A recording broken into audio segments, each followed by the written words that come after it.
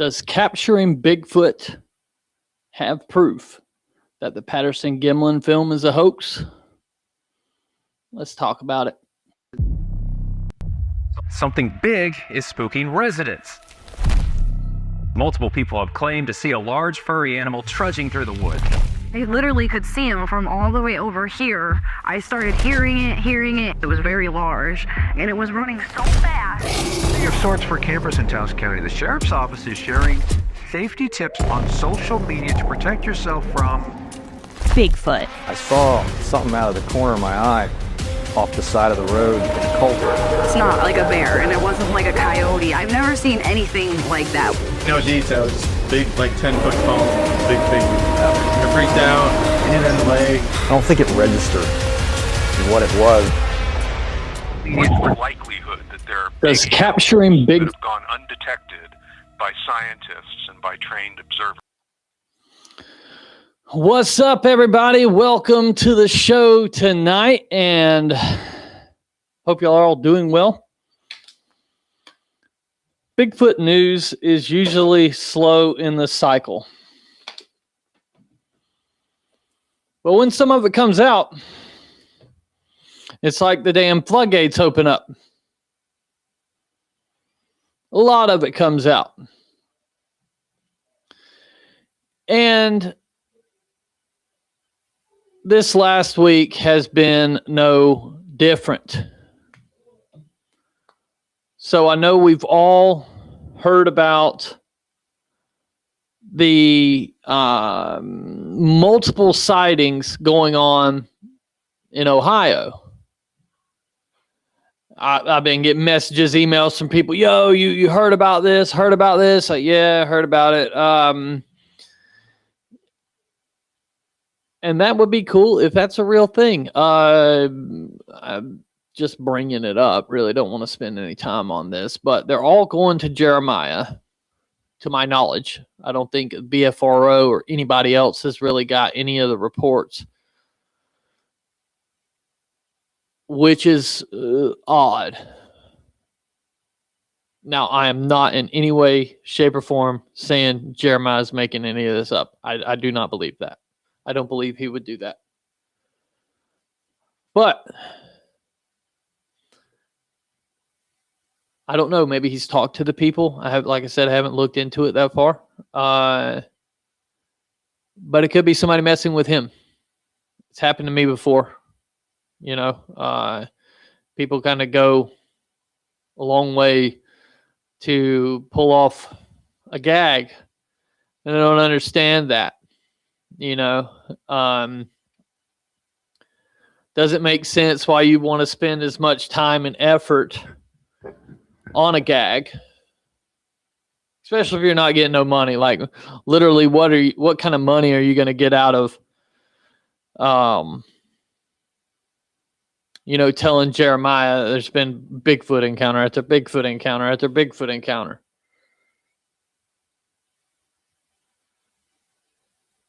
But if you make a Bigfoot film in 1967 and you hold on to it, you could make quite a bit of money from that.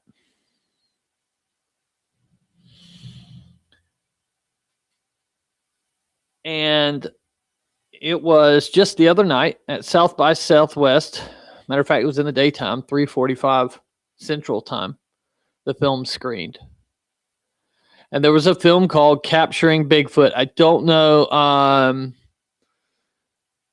many people have heard about this, but this was the main thing. When I heard it, I was like, oh my God, this is, you know, so I'm like looking everything I could find, sending out emails, trying to get a hold of somebody to talk to me.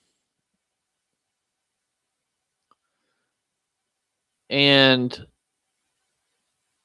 movie called Capturing Bigfoot premiered to the world there, right? Now, South by Southwest is kind of hard to get into, right? It's a premier movie festival. And in this film,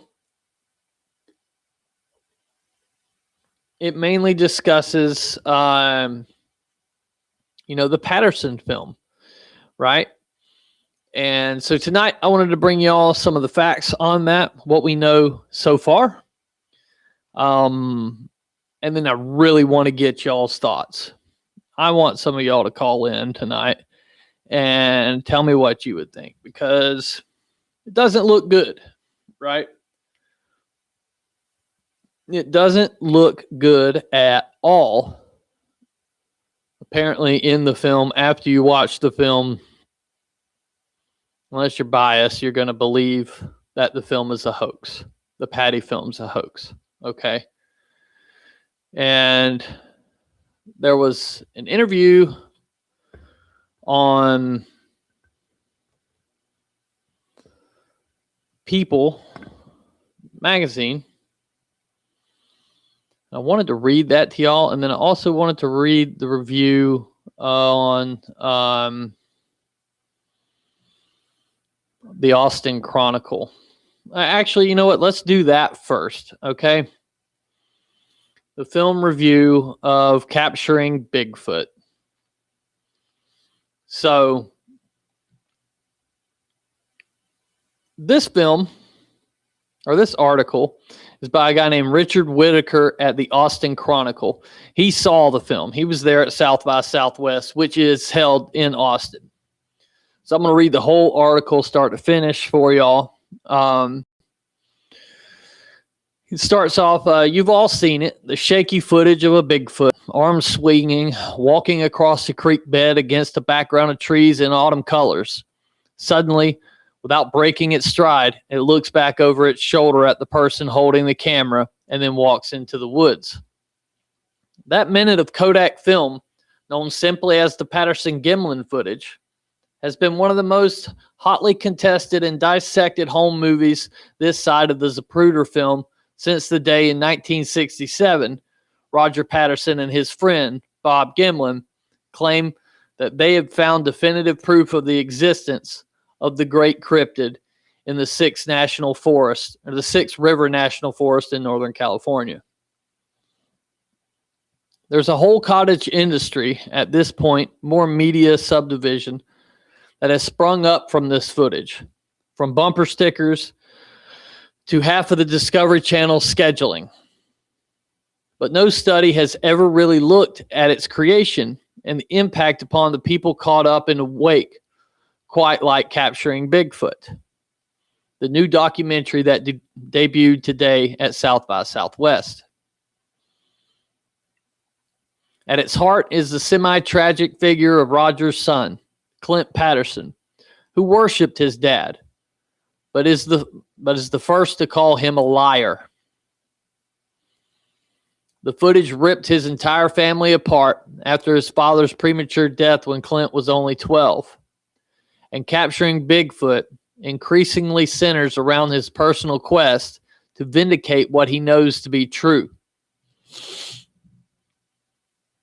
All right. Y'all don't shoot the messenger here. I'm just reading the article to you guys for any of y'all who hadn't heard about this. Okay.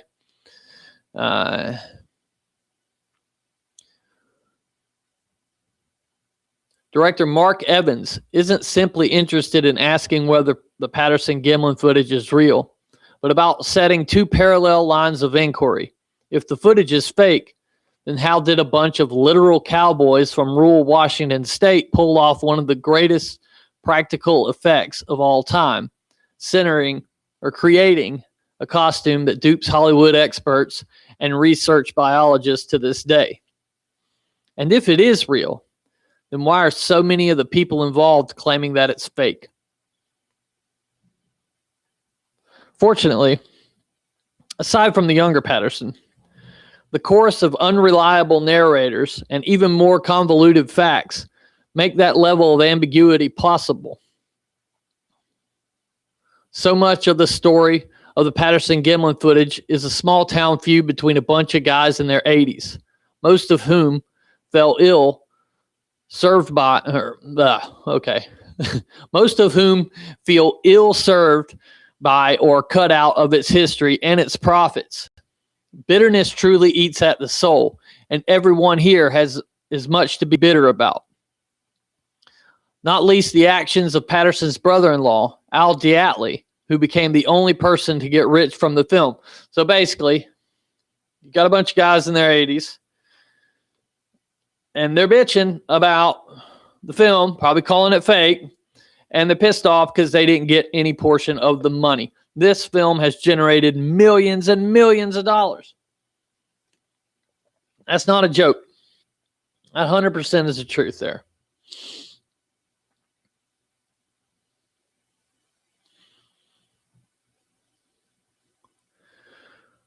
The film isn't about debunking the footage in an I told you so kind of way.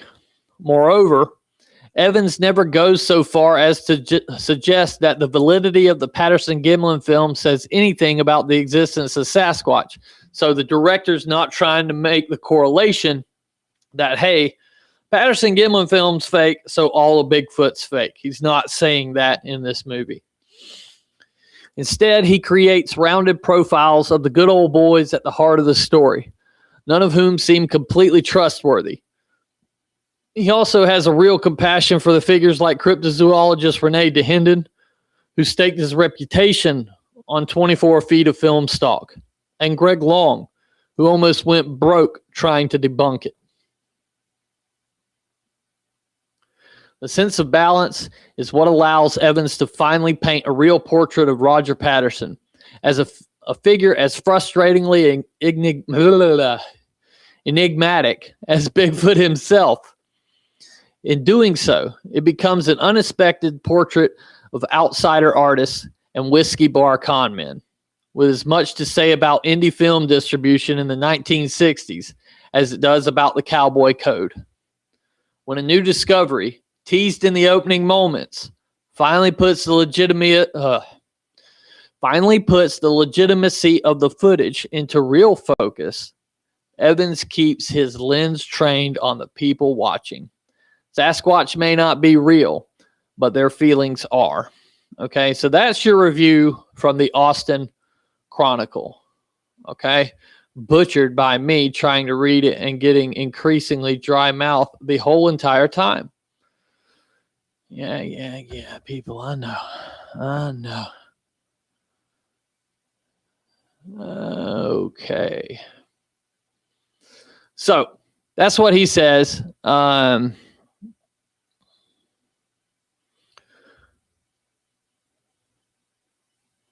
And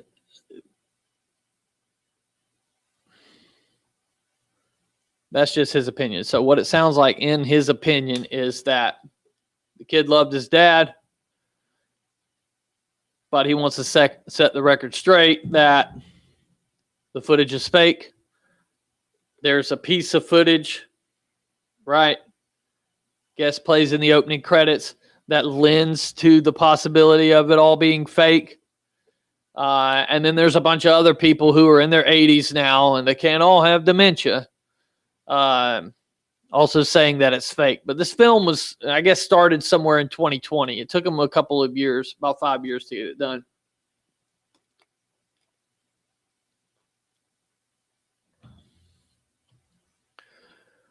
Okay, so we're about to read this right here. Okay. People magazine, Bigfoot film was an incredible hoax, says the director of the groundbreaking new documentary. So let's get into that.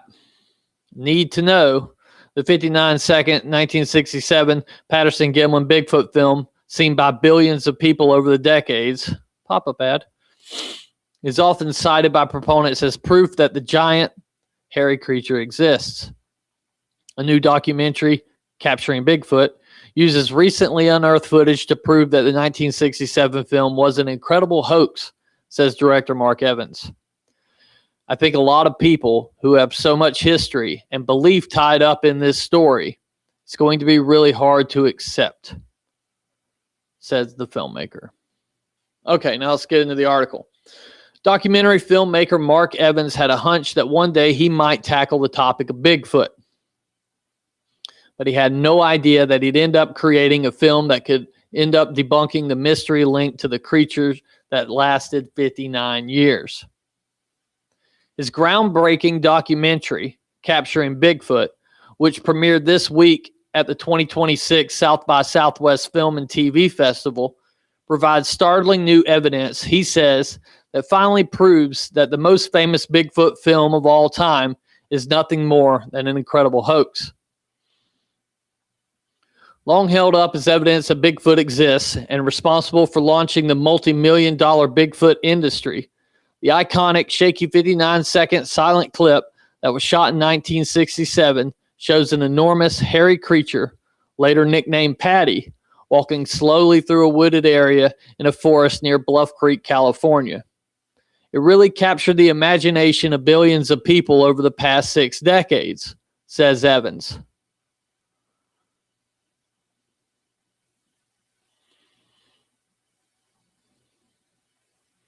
Shot by a former rodeo star named Roger Patterson and his pal Robert Gimlin, the Patterson-Gimlin film had, for decades, been scrutinized by biologists, anthropologists, and even Hollywood costume examiners looking to debunk its authenticity. Over the years, no one had been able to definitely prove that the 16mm film was staged. All that began to change in June of 2024 when Evans, who has directed a handful of critically acclaimed documentaries, received an email from a part-time instructor named Teresa Brooks at Olympic College, where he teaches courses in documentary filmmaking. After her father's death, says Evans, she found a canister of 16mm film that had been sealed away for over half a century. She needed help getting it developed and wondered if I might be interested in doing something with it. Little did Evans know what had just been handed to him and its possible connection to the famed 1967 film. But he soon learned that Brooks' father, a man named Norm Johnson, who spent years running the film department for Seattle's Boeing Company, was connected to Patterson and Gimlin through his brother Dave. And it quickly became clear to Evans that Teresa's father had developed the Patterson-Gimlin film, which immediately made headlines around the world after the footage was released in 1967. So now we know for a fact who developed it and where they were at. Okay, where they developed it at. You understand? That's a big thing, because you had Al Diatley on record saying, I don't know how I got it developed. And like I said before, this footage was a Kodak Kodachrome, right? So you had to have a special dye to get this done, right? And because of that, only a few places could do it. They filmed it Friday afternoon. They got it developed sometime Saturday, according to their story. So they had to go to Seattle with it. We now know they went to Seattle and got it done. But the Bigfoot community's claim is that Al Diatley says he has no recollection because it was a buddy of his that did it after hours on the side. Did it for like side money. Used his company's equipment, did it on the side, because apparently they did pornos like that. You couldn't get a porno developed during business hours, but Friday, Saturday night, you get a porno developed. I don't know if I buy that. That's a lot of faith, right? And maybe that was the case, but that to me seems like that's a reach, right? You don't know that. But now we know, okay? We know who did it and where they did it, right? Evans says it caught fire right away. As somebody said in our film, it went viral before that word existed. Brooks told Evans that the reason the film had been locked away in a safe is because her mother had feared that her husband might have been involved with a short movie that she was convinced was probably a hoax. She was concerned, says Evans, that Norm might get in trouble for being involved with it, and told him to put it away, any evidence of his involvement, and never speak about it again.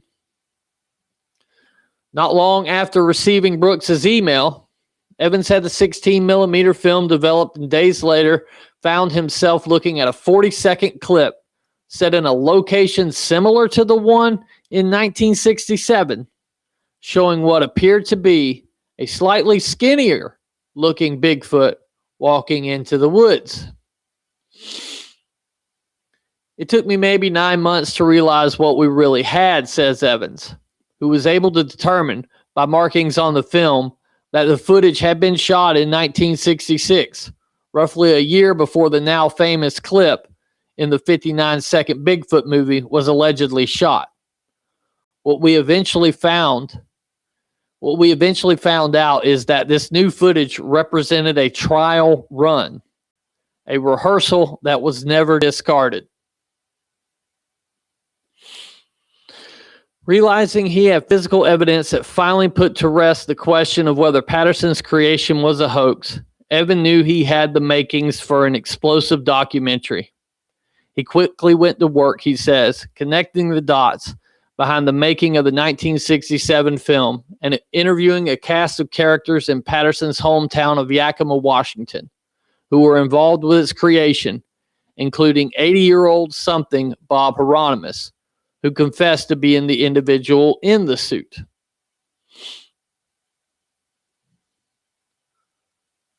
All right.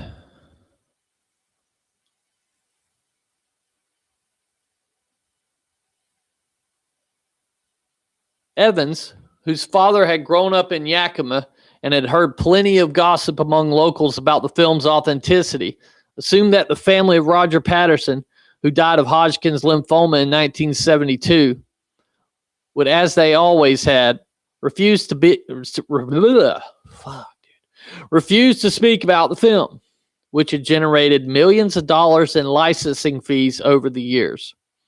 But once Evans showed the new footage to Patterson's oldest son, Clint, a 66-year-old Montana rancher, he was eager to talk. He learned the film was a fake from his mother years earlier and had been waiting to come out and tell his story. The lie had been really hard on him, and he was ready and wanting to get out from under it, says Evans. This is the director. I know people are already being like, I don't trust Clint. Clint's just doing it for money. This ain't Clint's movie. Okay? He got paid for an interview, I'm sure, and that's probably it. I doubt Clint would give him some back-end deal where he makes a bunch of money. Saying that the independent documentary is going to make a bunch of money. What makes the story even more complicated and tragic, says Evans, is that Patterson, who by all accounts truly believed in Bigfoot's existence, knew that he was dying in 1967 when he made and released his film. He knew he didn't have long to live and that he was going to be leaving his wife with 3 young kids to take care of, Evans said. So he took a shot at leaving them some sort of legacy that could possibly help pay the bills. We all know that. That's not a secret. The only piece of the mystery still unresolved is what happened to the Bigfoot suit that Patterson had painstakingly created. Clint told me that he actually saw his dad burn the suit out behind the family house one night in a big barrel. He basically spent about 30 minutes tossing it into the fire piece by piece. Asked if he believes his documentary will finally force people to admit that Bigfoot is nothing more than a mixture of folklore, misidentified animal sightings, and deliberate hoaxes, Evans isn't optimistic. I certainly wasn't some skeptic who set out to prove Bigfoot wasn't real, he says. We were just focused on telling this story about the Patterson film. But I think for a lot of people who have so much history and belief tied up into it, it's going to be really hard to accept. Okay, and that is People magazine. Okay? You know, and how do you take that? What do you do with that information? There's a film out. Roger Patterson's son is stating that it's a hoax. from what I've been able to gather, his mother is also on there stating it's a hoax. And from what I can gather, that suit he's wearing is Al Diatley in it, putting it on and doing all that. Now, with that said, I haven't seen the film, so we don't have much information to go on, but a little bit of reviews from people who have seen it, right? You can bet your bottom dollar I've already sent messages to the guys that have seen it, have wrote articles about it, and the director himself. Because I am super interested and I want to know, is it indeed fake? But it didn't take long for the Bigfoot community to do what the Bigfoot community does, okay? Which is sad. Right?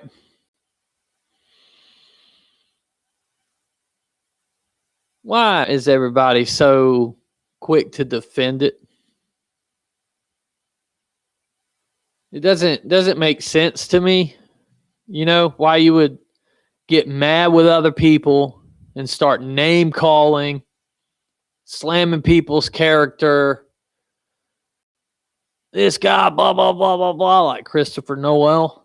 Seen him talking, I won't believe it till there's a smoking gun. What smoking gun? You have the guy that was his son who claims he was a part of it. He claims he was there. 6, 7 years old. I mean, my son went places with me all the time when he was that young. We hung out all the time.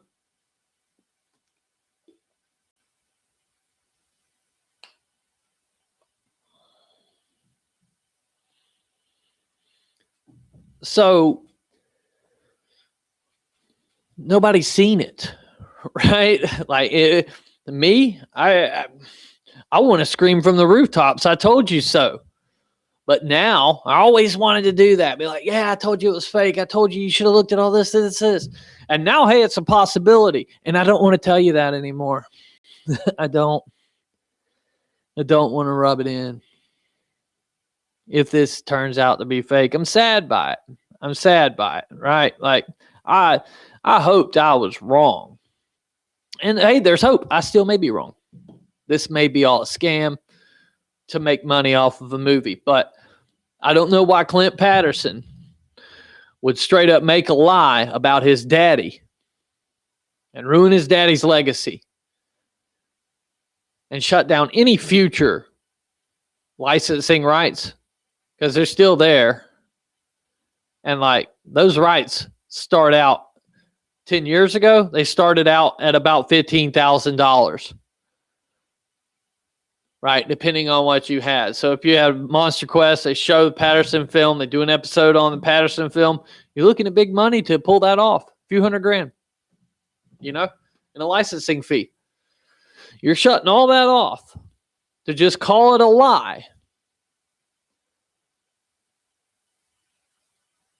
And you're also calling your dad a lie, but how much money is Clint Patterson making?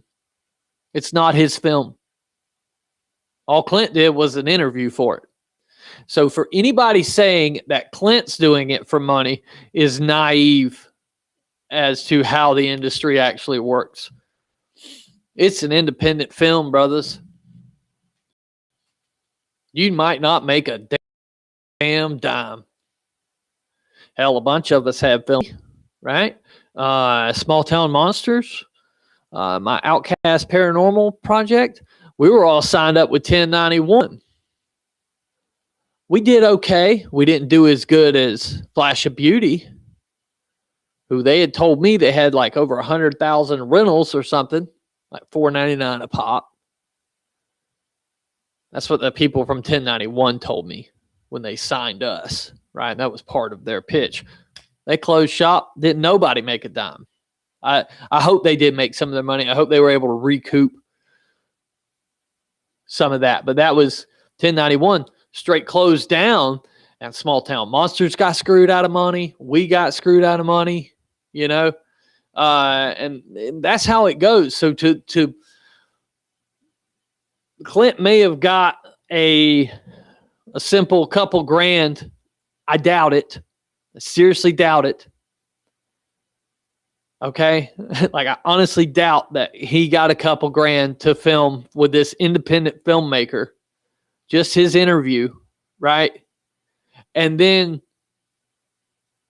so let's say he got $3 grand, right? That's really good. Even if you're working with a TV network for an interview, because like Monster Quest, $500, buddy.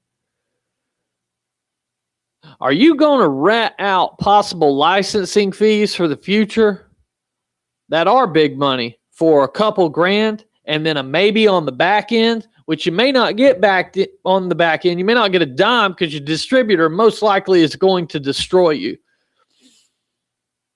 He'll have this fucking list of costs that are through the roof that's got to get paid before you get any of your cut. So to say that Clint admitted it was a hoax for money seems really misplaced, right? But as the news of this came out, like I said, the Bigfoot community did what it did. They start viciously attacking people and saying shit because they don't know. And the loudest people were people that make money off of Bigfoot. These are going to be the people that are affected by this. The grifters. I hope this comes out that it's a hoax. I hope it is a hoax and it's all proven to the world. I really do. Because some good things can come from that, right? For one, you can quit spending time at the conferences. Because you know what? If the general public starts thinking, oh, Patterson film was a hoax, they're going to assume, they're going to marry the two together, that because the Patterson film's a hoax, all of Bigfoot's a hoax. So now there's no more reason to come to the conferences, right? So you'll see attendance drop, and then once attendance drop, the vultures that run these things won't have the money anymore that they used to make, and so they'll quit putting them together. And so why would that be good, right? I have nothing against anybody making money. Make as much money as you can. But it will get people out there into the woods that believe in these things and know these things are real, and they'll try harder. Because now our holy grail piece of evidence has been torn down as trash. And now that that's admitted that that's a hoax, somebody's got to get the new piece of footage. We now have to get back to the roots of everything. The research, the boots on the ground. Because it's not just that the public will think that Bigfoot's a hoax. You got to understand, everything we know about Bigfoot, most of the shit's related to that footage. Correct? Where'd that mid-tarsal break theory come from? Oh, and apparently, Dr. Meldrum was shown this new groundbreaking piece of footage. And apparently, he left this world saying that Occam's razor, most plausible thing is that the whole deal's a hoax.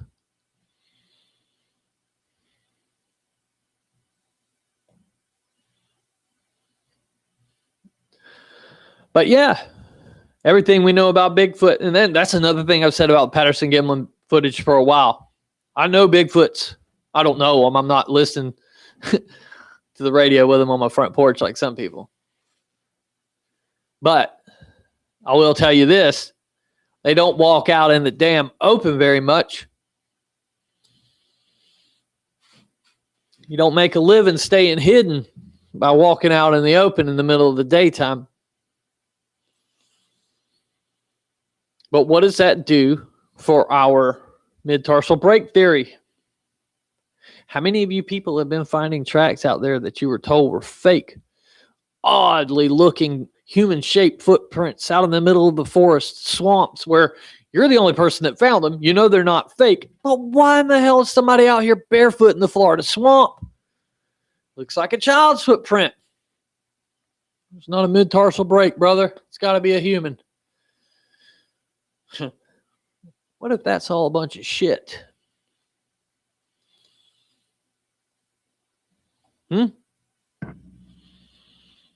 if everything y'all been force feeding us about Bigfoot is bullshit based on a piece of footage that was fake?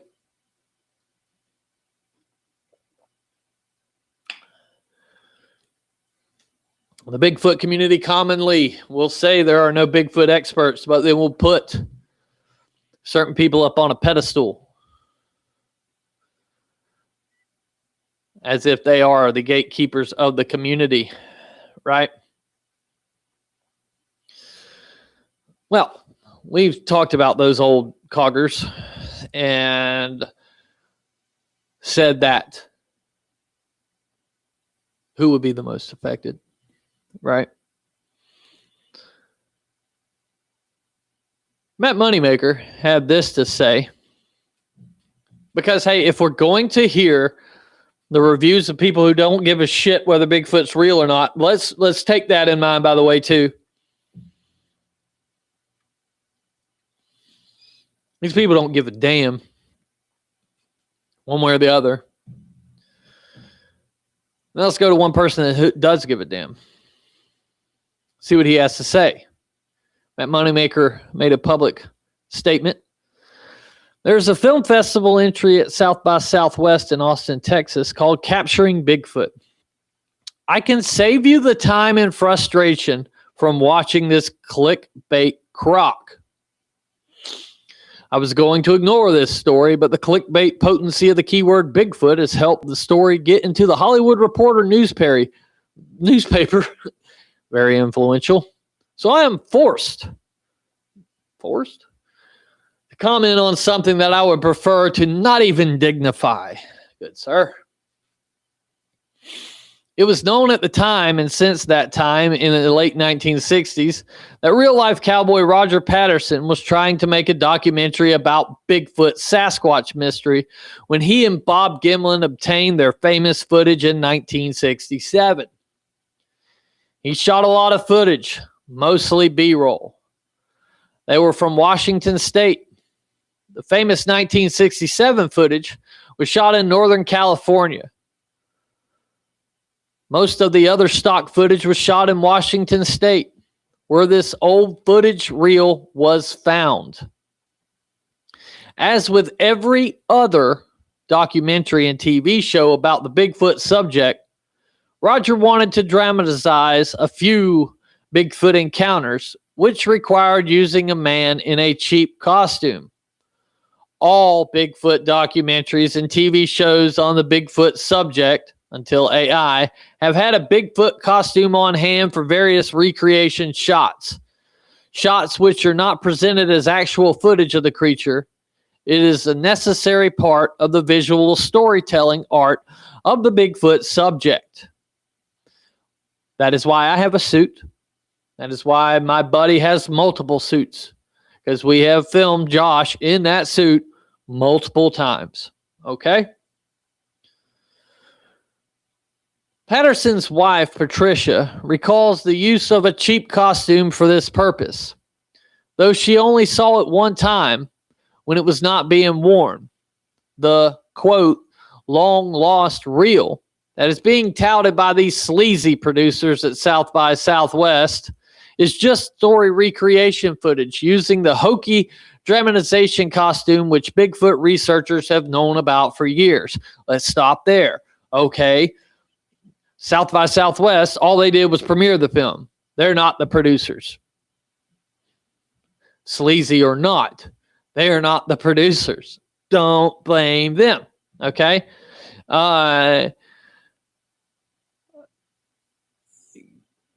Okay, and I have known about for years. Oh, who the fuck knew about that? Did y'all know this? I did not know this. I did not know that they had a suit that they were wearing. This is the first I've ever heard about that shit. You guys hear about it? See, please, somebody tell me. Yes, we knew about that. Somebody in the chat that is in the Patterson Gimlin film, tell me that you knew about that. Because, hey, it's very possible I just didn't know about it, right? But never in all the reading and all the talking that I've done have I ever heard that there was a cheap costume they used for recreations. Never. I've, a matter of fact, heard people say Roger did never buy a suit from fucking costume maker Philip Morris. Now he has a cheap costume. He had to buy that shit from somebody. Surely they wasn't sitting at the Kmart's. Did they even have Kmart and Walmart back then?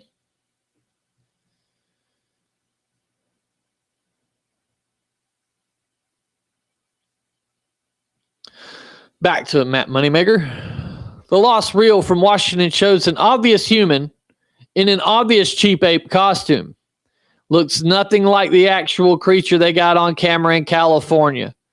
Because of that stark difference, these sleazy producers are trying to spin this cheap costume for dramatizations as a trial run for the eventual 1967 costume. The simple fact that no one has ever been able to duplicate the 1967 quote-unquote costume with all its anatomical peculiarities and massive musculature has shown sensible people for more than 50 years that this is not a costume. There have been several well-funded and well-staffed attempts to simulate what you see in the footage. All those efforts failed. Okay, just let's recap that paragraph. You didn't see the fucking footage, bro. You haven't seen the film. What are you talking about? How do you know that's what this is? Moving on.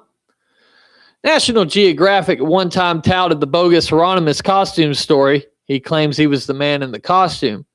Then years later aired an episode of a different series where the footage was examined with the most modern techniques and computer enhancement and measurement analysis. That subsequent Nat Geo program revealed a foot anatomy on the Patterson creature that is impossible to fake with a man in a costume. So it was determined that the Patterson creature could not have been a man in a costume. Okay, right. So the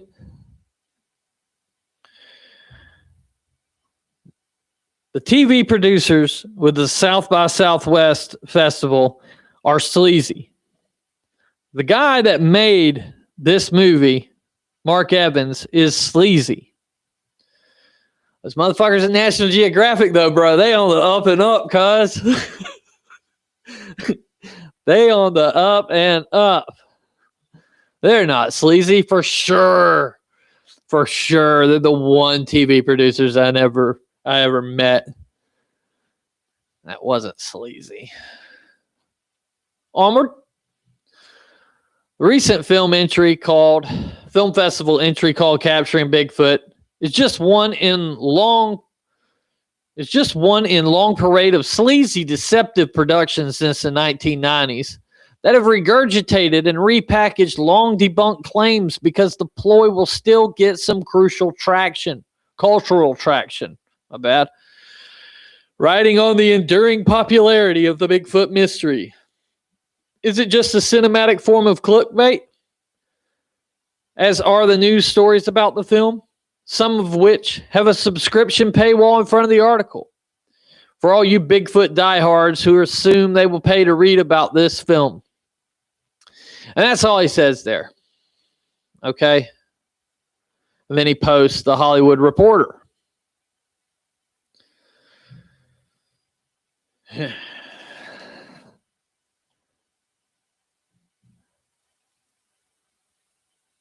Yeah, it's news. The Bigfoot world is slow on news. It's very interesting to me that you see somebody attacking the footage. They haven't seen it. I haven't seen it. I'm really interested in seeing it, though. As should you all be. But watch it with an open mind. I'll ask all of you to watch it with an open mind. Don't watch it going in there, yeah, the Patty film's real, Patty film's real. Watch it with an open mind, because if it's fake, you know, you don't want to be the guy, right? You don't want to be the guy that's claiming that Clint Patterson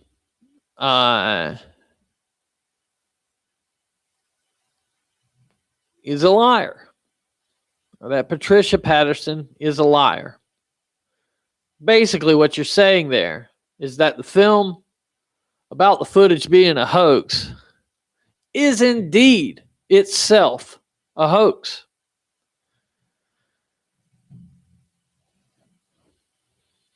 That's what addicts say, bro. That's like some addict shit, dude. There could be really some really good stuff come out of this if this film is indeed a hoax, right? It will be a smack to the Bigfoot community, forget the Bigfoot community. It will be a smack to how we have investigated Bigfoot.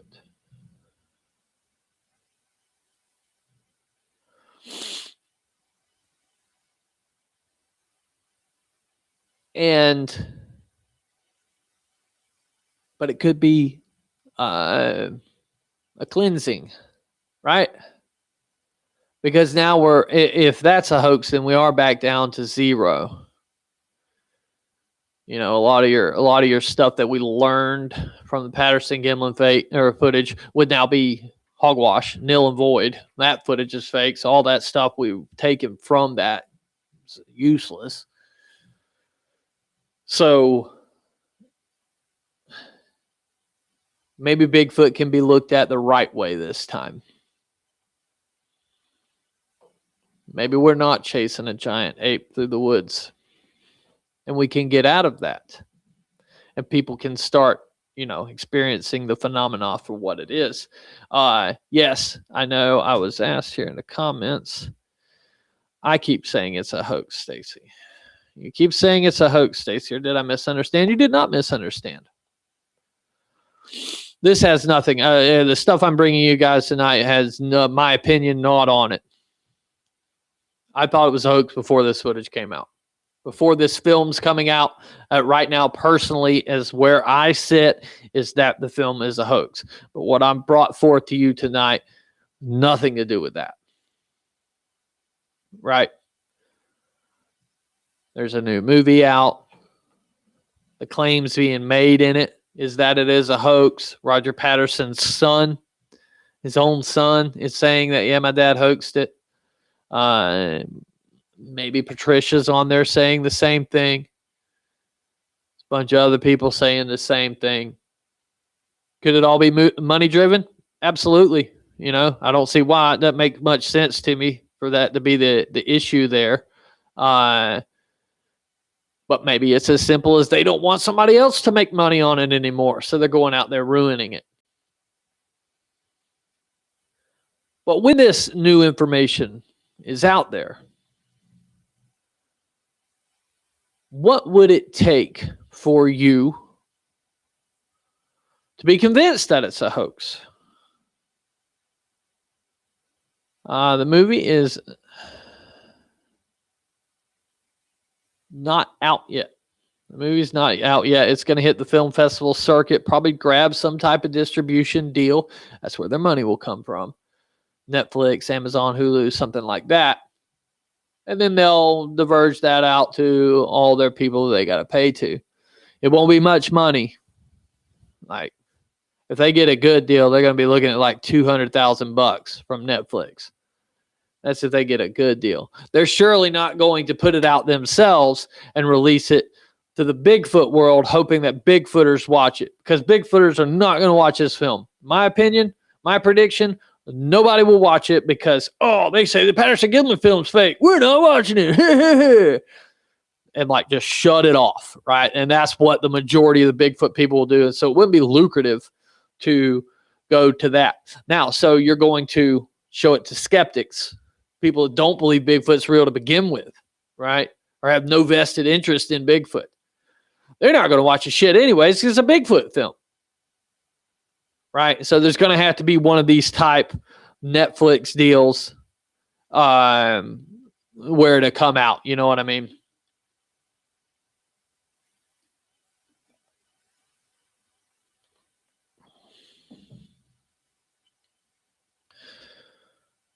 Okay, Connor Bolzinski, I think. I possibly messed that up. Use AI detection to measure its authenticity.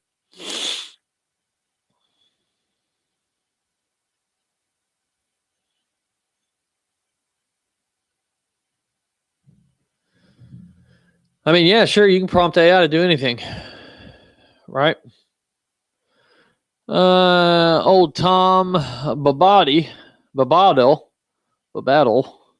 Occam's razor. If the film were a hoax, would it be more likely or less likely to be debunked closer to 1967 or 2026? I would say 2026.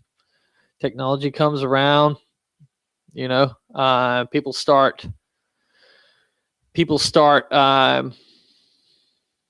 you know, not being so tied to it, right? People start dying. Stuff starts coming forward. Hell, there was a guy coming forward. What was his name? I think Bob Gimlin and Roger Patterson hit him up. Come on, guys. What was his name? Jerry Crew? Was that him? He had the fake tracks that his son came forward about, his kids came forward about, and had the stompers. So what would it take y'all to believe? Would it take the suit? Is that what it's going to take?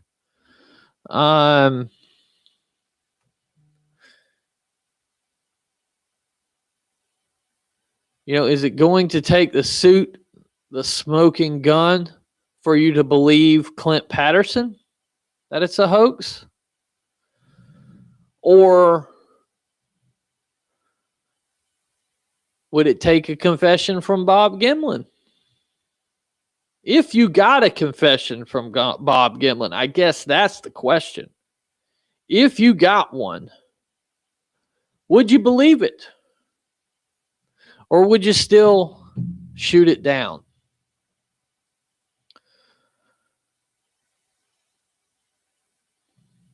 No, what would it take? What would it take for some of you people? I really respectfully want to open the lines, and y'all please call in and let me know your opinions. The lines are open now, 850-695-0522. Let's talk about this, okay? Don't care to hear your sighting encounter right now. Let's stay on topic and let's talk about this, right? At least for the first couple of calls as we enter the second hour here. But you know, does a confession from the Pattersons, how damning is that? Does that do it for you? It's like, yeah, hey, they said it was fake. I gotta kind of go with that, you know? All right, got our first call. Let's see about this. You're on the Bigfoot Underground. Hi, Stacy. How are you? How you doing, bud? All right. This is Cody calling from Texas. Long-time listener, first-time caller. Hell yeah, brother. But I appreciate your call. All right. Yeah, thank you. But my question is, if the PG film is a fake, how come no one has been able to reproduce a close recreation after almost 60 years? It is my belief that no one has tried. Leroy Blevins tried. Okay, and he made a pretty close-looking costume with stuff that he bought from Walmart. It looks damn close. It's black. That's the difference. But his suit looks really good, and when he flexes the back on it, it looks like muscle movement and stuff. Like, that's just being honest. Now, there was another documentary, I believe it was a Nat Geo documentary, that they went to a spot and they recreated it, quote unquote, you know, the creature walking across. That suit was another that suit was rented from another production company who was making a monster film, and at no point was that suit supposed to be a close comparison to Patty. Okay, that's the only two I know of. That's why I've wanted to Were do those it. recent, or were they done a long time ago? No, they were done a while back. Leroy Blevins, unfortunately, he's passed away, but his, he was shot down by Bill Munns and other people as like a derelict, right? They really, I don't know. He did a lot of research on the video. He found a lot of interesting things out. But because he was some dude living in a double wide, they looked down on him. He was just some dude. He was just a YouTuber. So they didn't give him, credit where credit was due. Now the TV show I was talking about, the National Geographic one, that was sometime early 2000s. And it may have been Discovery Channel. Okay. I'd had to find that out, but that's the only two. And so I wanted to do a recreation. I wanted to see if I could do it. You know what I mean? But this new film comes out. If there's an admission for me, what the fuck do I want to waste my time for? Yeah, I got you. Okay. Are those, what'd you say that first fellow's name was who did a recreation? Leroy Blevins. BLEV. Is that video? Okay. Hold on. I'm going to tell you the name of the video because I got it saved on my playlist in YouTube. Okay, yeah, that was just going to be my next. If it's available online to watch. Yeah, it's available online. Give me 1 second, buddy. I'm gonna pull it up. Playlists, Patty research. I have 22 videos in my Patty research. I like if I see something off the internet, it's got some piece of information about this. I've been dunking it in a playlist for years. There's one called 2 Men, 1 Suit, PG Bigfoot film, Leroy Blevins Sr. Okay, that's not the one. Okay, but here it is, The Making of the Patterson Bigfoot Suit. All right, Leroy Blevins Sr. And I'm just going to click on it. I'll stop it. What is his channel called? His channel is at Blevins BL. So check that out. Check out Leroy Blevins Bigfoot stuff. But he makes a suit on there and you can see it and all that. And, while it's super close, right? For a dude that literally spent $300 and made it with stuff he got from Walmart, it's super close. I think if he could do that good, I think a costume maker could do better. You know what I'm saying? Well, I'll have to check it out. I've never heard of them. Yeah. A lot of people haven't. Us old time Bigfooters, us people been in it for a minute. Because around 2010 and stuff, his videos were getting a lot of traction, things like that. He also did a bunch of stuff with the Zapruder film, and JFK and other conspiracies. But that one's there, that one's that it's worth looking at, right? And you make your own conclusions, right? I'm not here to tell anybody. I just try to lay out the information that I'm gathering and we'll go where it takes us. Yeah. And I'll just kind of give my own little 2 cents about the film, if that's okay, real quick. Yeah, absolutely. That's what I wanted to hear. Yeah. Most Bigfoot encounters are only just, a few seconds, and it's not in broad daylight, and walking across, a bare open piece of land or anything. And, it just so happened that film just happened to be caught like that when just about every other encounter, is almost the exact opposite of that, so it kind of leads credence to me where you kind of have to lean toward the side of, well, it looks kind of too good to be true. It's broad daylight, sun shining down, walking across an open field. you know, you kind of have to lean into it like that, in my opinion. Yeah, 100%, brother. 100%. And I think too that it's just been so entrenched. You know, it's been almost 60 years, and the people, you know, who believe they're never going to, you know, come out and say that it's not real. About the only way that you probably would be able to definitively prove it, as if you know, someone had either some pictures of the guy getting into the costume or a video of them actually making it, which they probably don't have. But that to me would be one of the only ways you could 100% prove that it was fake, is if someone took some pictures of them actually faking it, and you could show that it actually lined up and everything. I don't know if that makes any sense. Yeah, well, that's what's in the film. That's this lost reel is supposed to be Al Diatley getting into the suit and walking around a year before they filmed Patty. Right now, sure, they could have had a recreation suit and still caught a picture of Bigfoot. That absolutely could be the truth. But you know, outside of any definitive proof, we'll never know. No. You know, it's been, you know, 60 years, you know, we'll never know exactly what happened on that day, you know? Nope. Not, and you know, I think if Bob Gimlin is to tell that it's a hoax, I don't even think people would believe it then. Yeah. You know, that they'd probably be like, oh, he was coerced to say that. You know, Either that, or it would say, you know, deathbed confession or something like that. Right. And yeah, but like at the end of the day, who cares?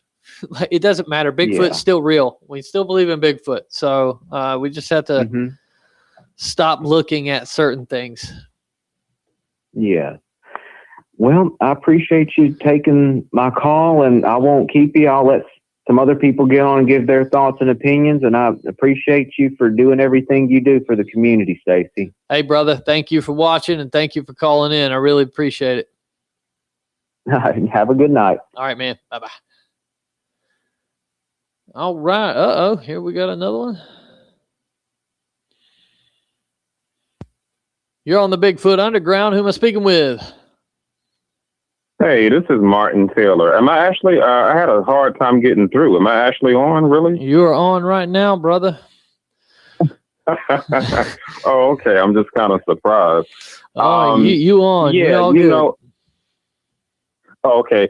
Yeah, I got a lot of things I actually want to touch on. If I'm going too fast, just kind of slow me down, okay?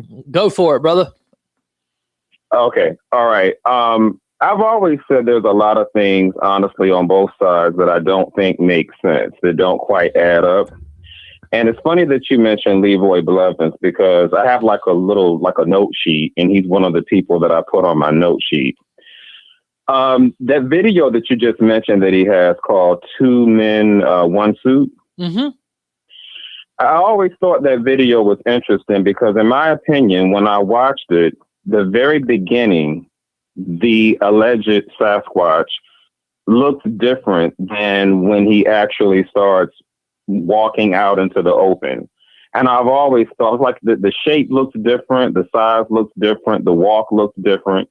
So when I saw him make that video, Two Men, One Suit, it kind of grabbed my attention because I had never heard anyone else make that point before.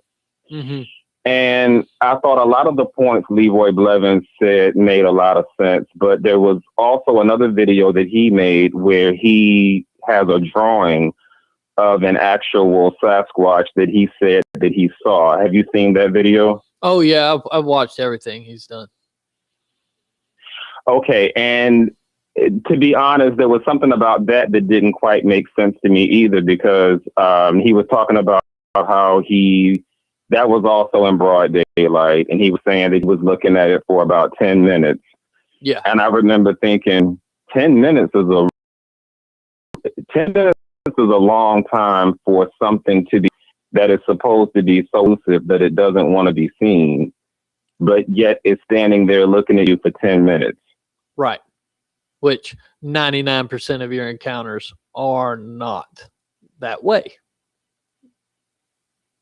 You know, right? They're quick. So I was thinking, I'm like, that doesn't, that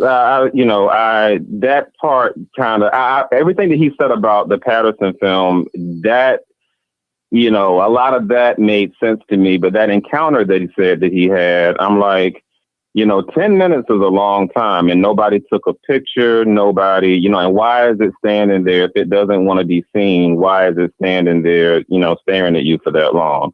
Right. I never thought that quite meshed. I often thought that maybe he embellished to kind of gain some more footing for his theories. I don't doubt he's seen one, right? But 10 minutes, like you said, even when I heard that, I was like, oh, okay, buddy. You know what I mean? Okay. Like, it was like, all right, dude. But I don't doubt he saw one.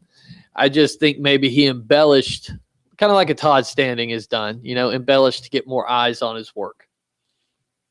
Yeah, I do appreciate the fact that he did discuss what he allegedly saw, how it actually looked, because that's going to be my next segue. Have you heard of someone named Tom Biscardi? 100%. Okay, Tom Biscardi did a radio interview. I want to say, my date might not be correct, but I want to say it was like the early 2000s, like 2007, something like that. Mm-hmm. And he had Greg Long, M.K. Davis, I believe it was someone else, but I know, Philip Morris. Yeah. And Tom Biscardi he seemed like he was really pressed to know if the Patterson film was a hoax or not. But then at one point when he was talking to Bob Hieronymus, he was the other one that was also on the line. He was like, well, he was talking about how many of them he had seen, like how many real Sasquatch he had seen. And I was thinking at that time, I'm like, okay, if you've seen so many, the person, regardless of, you have people on the side saying it's fake, people that are saying it's real. But Tom Biscardi himself, to me, could have had a very powerful position, because anyone who has actually claimed to have seen them should know or have a very good idea if the Patterson film is fake or not. Because my thing is, did it look like what you saw? Right. And I also would question anybody that says they've seen it that many times. Based on... I mean, like at least Leroy Blevins did say that, he saw when it looked nothing like it. I can at least respect that he gave some type of a description, but anybody who says they've seen it that many times and you're still wondering about the Patterson film, you should kind of have a good idea. Like, did what you saw, did it look like that? Mm-hmm. The one I saw didn't look like that. There wasn't no coned head. It was actually a guy sent me a picture the other day of what he saw, and mine looked eerily similar to that. More of like an old man. Like in the and when I say old, I mean like ancient, like Aboriginal type man with hair, but no cone head. The coat didn't look pretty. Damn thing looked like it lived in a swamp. You know what I mean? But that doesn't mean they're not going to appear. Another Bigfoot's not taking better care of itself. With some variation. Yeah, you know what I mean? But no, what I saw looked nothing like that. Would you say that what you saw looks similar to what Leroy Blevins has sketched? Hold on real quick. Can you see the show right? Can you see the show right now? No, I'm on my cell phone. Oh, gotcha. Okay. Well, I'm going to email myself. I'm going to try to post this. But I'm going to go back and watch it later anyway. Okay. All right. Well, cool. I'm going to, give me 1 second. Yeah. So this is kind of what the thing that I saw looked like. Give me just a moment and I'm going to post it. Another guy sent me this. Oh, damn it. Saved to my phone. Yeah, another guy, he's like, yo, bud, this is what I saw. And then when I looked at it, I was like, damn, dude, that's a lot like what I saw. There it is. Okay. Even though I can't see it now, I'm definitely going to I'm going to watch the. Yeah, Don't have it The up video yet, later. but I'm about to have it up right now. But no, I mean, you can't have too much variation. It wasn't like Leroy Blevin's drawing was the best. You know what I mean? Right. And I think more what this picture that I'm about to post in just a few moments is kind of what I saw. All right, download that. Okay, so hold on. While you're doing that, like I was saying before about there being things on both sides that don't add up, I always thought that Bob Hieronymus' story sounded it sounded a little sketchy to me. I remember him saying how he walks that way anyway, but in the beginning of the film, the first part of the film, the Sasquatch doesn't have that type of walk. It's just walking kind of drooped over, kind of regular. Another thing is that he was saying that Roger said, "I'm going to yell cut when it's over." And I'm like, if you're that far out there, how can you hear somebody yelling cut? And how come that's not in the video if he yelled cut? And that just kind of sounds like it sounds kind of, I don't know, it sounds kind of corny and kind of, Well, if you watch if you watch some of his stuff, there's a video that he's talking about. I'm sure you've seen it. And yeah, for Tyler, this is AI. This is what somebody sent me, said theirs looked like. I've got it pulled up now. But yeah, he's got a piece of the film where he's like, if you watch this, the Bigfoot's standing still as the camera's shaking, right? As Roger's getting down from the horse, those first few frames of it, the Bigfoot's standing still, almost like he didn't know when to start. Right. And that was very interesting. That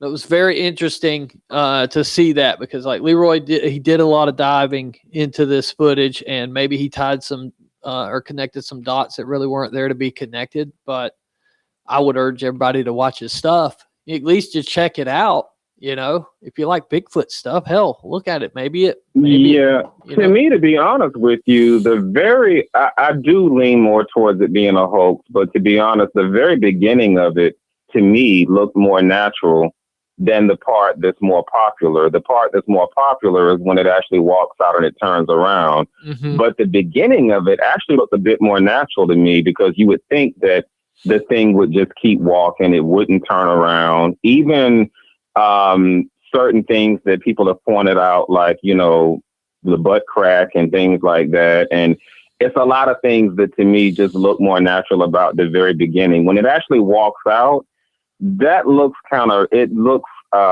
pretentious. When it turns around, like, why not just make it wave at you, Right.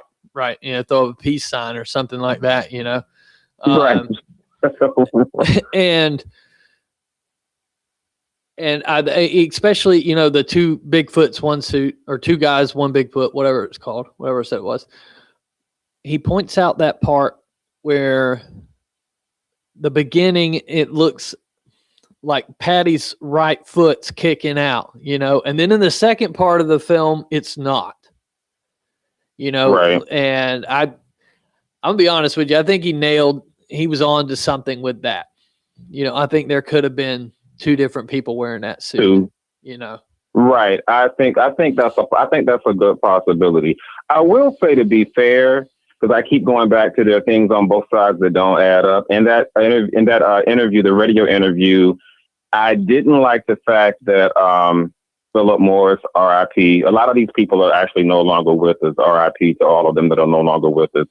But he said that he sent the suit to general delivery. He didn't actually have Patterson's address. He mentioned that the suit was sent to general delivery, but he couldn't really explain why Patterson would have the suit sent to general delivery instead of giving him his actual address. And also the recreation that they did, and I know you've seen that.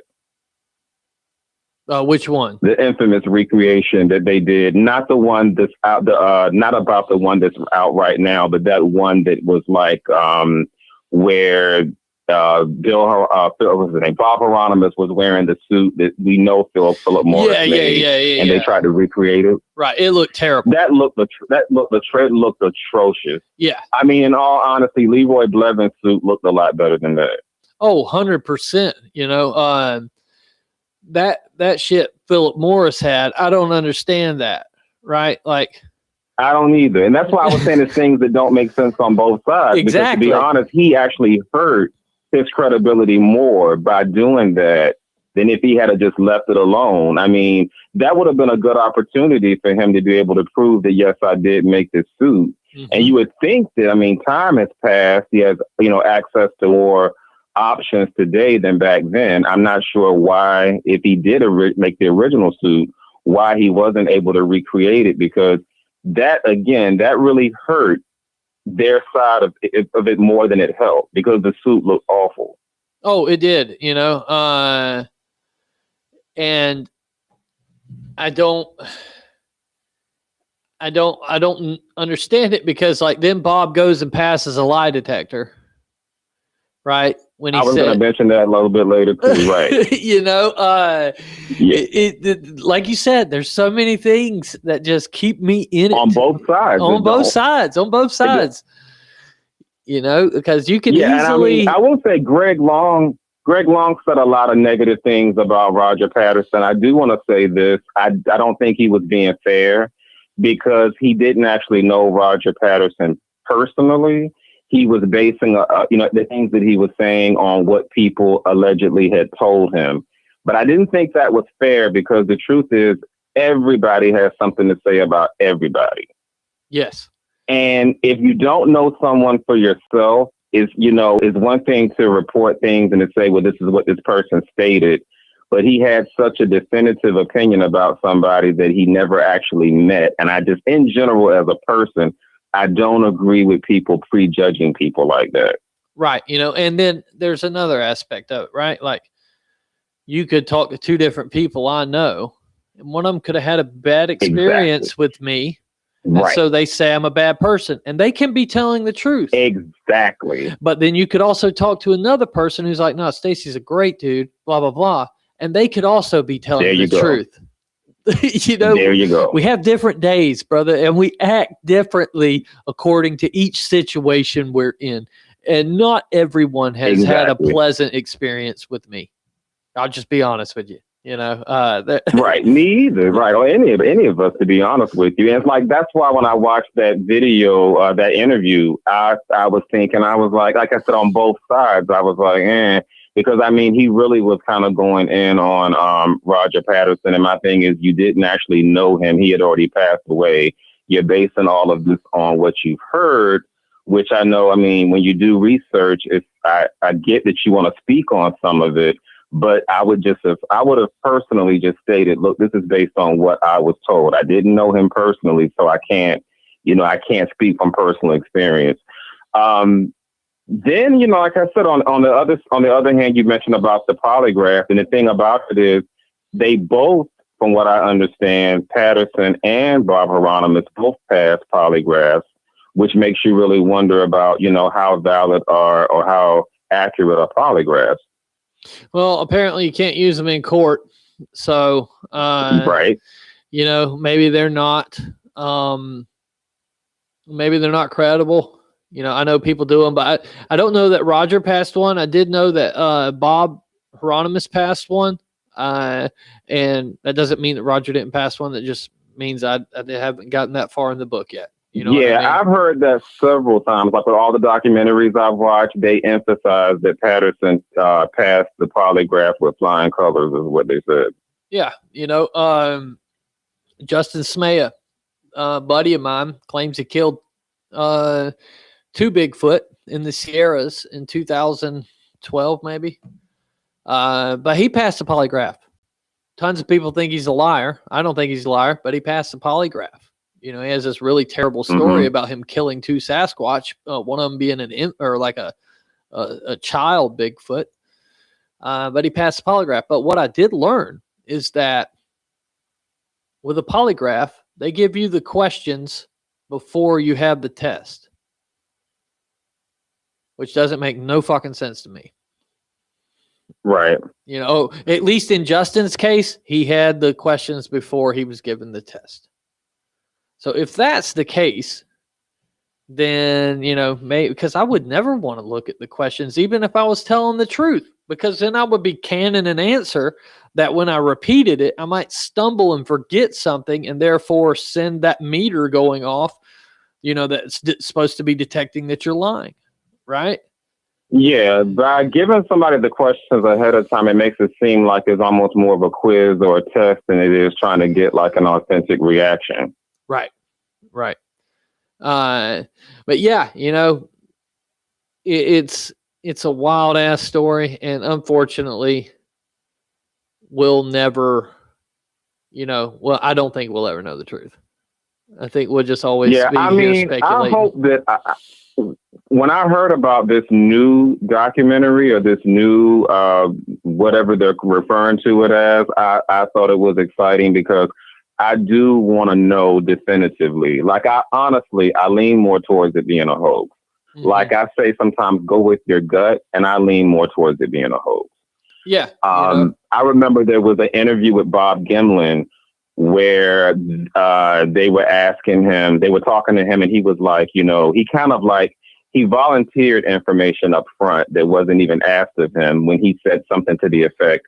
He said, you know, there's no way that this could be a guy in a costume because of the muscle movement under the fur. At that point, though, in that specific interview, no one had actually said, you know, this is a guy in a suit. He kind of volunteered an answer before it was asked. So It would kind of be like if I tell you something and I say, well, I'm not lying. No, I'm not lying. Chances are, what am I doing? Right. No, I didn't kill them kids last night when I was driving home drunk. It's like, whoa, what? You just volunteer that information?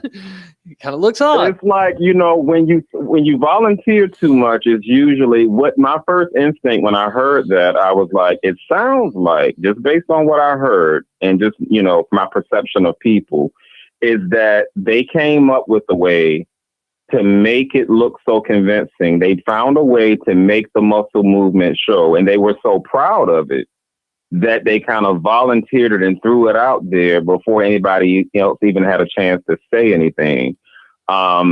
You know, and he always came across as likable to me, but likable and believable, different. Right. You know, Bob Gimlin, when I hung out with him, dude, great guy. He told me the story a couple of times. That's my drawback.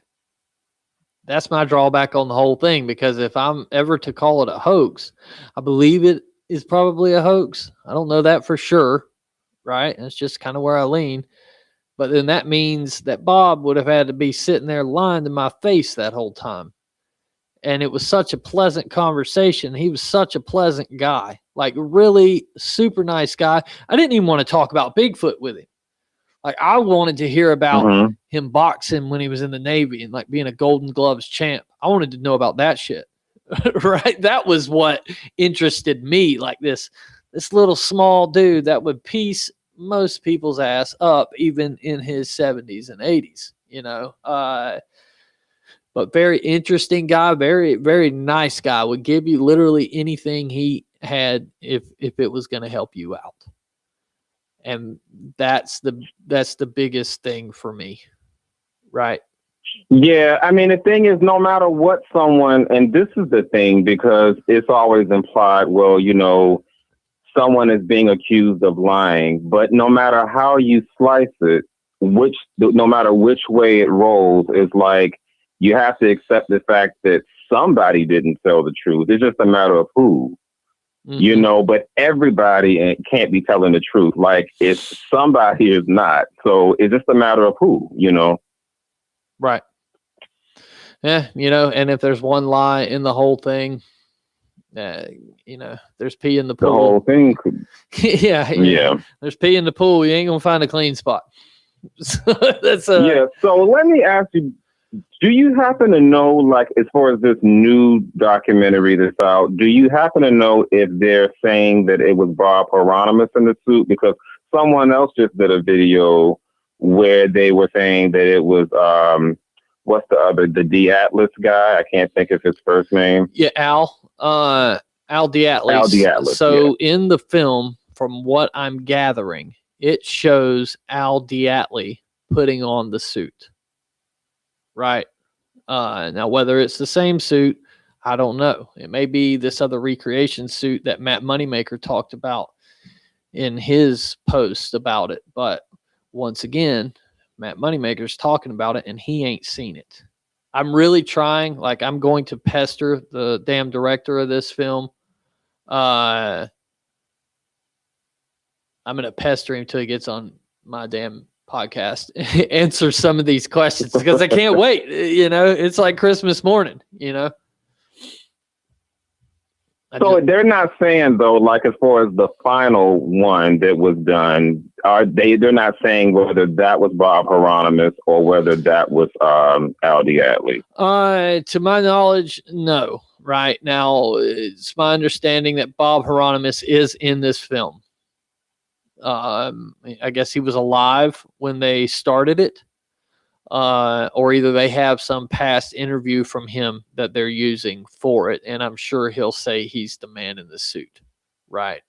But also, everything I'm telling everybody, I haven't seen the damn film. I'm reading stuff, gathering all the information I can off a line. You know, that's why I'm desperately trying to get a hold of somebody that's seen it so they can answer some questions. Right. You know. Right. So, to your knowledge, when it comes to Jeff Meldrum, because I know he always was a believer in it. I was just thinking the other day how if it is proven to be a hoax, I was kind of sad. You know, I mean, I know he had more important things going on in his life to be, but at the same time to leave this earth and believe something was real that you felt passionate about, if it's later proven to not be, do you know what his take on it? Like if he saw it, like what his final conclusion was, if he still believed that it was real or not? That I don't know. You know, I had talked to Jeff several times about the film and he 100% believed it and explained to me why. Like a couple weeks ago, I was talking to Cliff about it. And Cliff, you know, basically gave me a talking me back from the ledge kind of speech, right? But telling me why he believed it and whatnot. And I think the problem that people are going to have is when you look at the footage looks good, right? Especially your people who like Meldrum, Cliff, Bill Munns, they've seen better copies than we have. The stuff we're seeing on the internet, even the AI enhanced stuff, is not good as that original.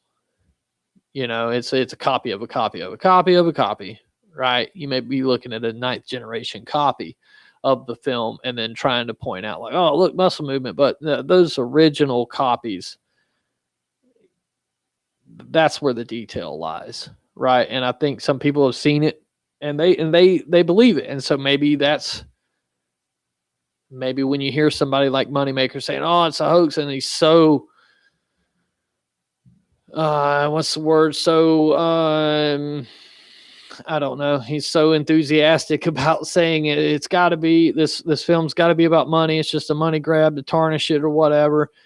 It's probably because of the original copies that they've seen, right? And then they'll never be swayed that anybody could have made a suit like that. So, and I think that's where most people are going to be like, you know, hey, the Pattersons can come forward all they want, you know, and say it's a hoax, but I know what I'm looking at in the footage. And now that's fine.